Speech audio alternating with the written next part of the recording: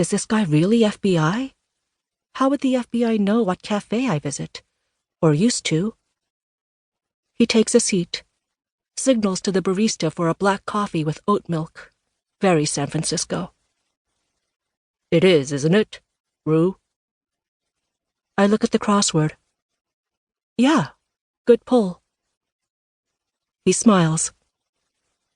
Sorry to surprise you like this. I planned to catch you at home, but you were on your way out when I arrived. These conversations are always easier in person. Have you ever been to the Pacific Northwest? No, I don't travel much. Okay. Have you ever heard of the Full Moon Killer? A pot falls behind the counter, hitting the tile with the clang that scrapes my ears. No, should I have? Ballo presses his lips together. Not exactly, Ivy. Just trying to get a baseline here. The Full Moon Killer was primarily active in the Pacific Northwest from the late 80s to the early aughts. His target was young women, teenagers and 20-somethings. 8 victims have been ID'd as his over the years. His MO was to kill during the full moon. Ballo leans back in his chair, the cheap plastic creaking dangerously. Any of this ring a bell? Should it? I take a sip from my cup, wondering more than ever why he's approached me. Why me? The first girl murdered was 17-year-old Stacy Perez. He continues. High school cheerleader, honor roll student.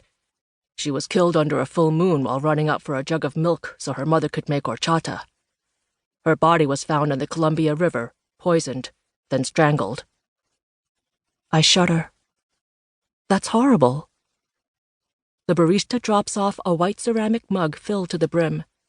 Agent Ballo selects a sugar packet from a ramekin at the side of the table. The second victim was Jerry Hauser, a college student home from Washington State for the summer, also discovered in the Columbia after the full moon, poisoned and bludgeoned. My stomach twists as I imagine the scene. How awful. I imitate him, grabbing a sugar packet, then adding sweetener to my latte for something to do. But what can I help you with? More victims followed, but the Full Moon Killer took a break for several years. From 2006 on, no one else was killed in Washington or Oregon, according to this pattern, until last month. Katrina Oates, a daycare provider. I tap the paper wrapper of the fake sugar with my finger, make the crystals bounce on the tabletop.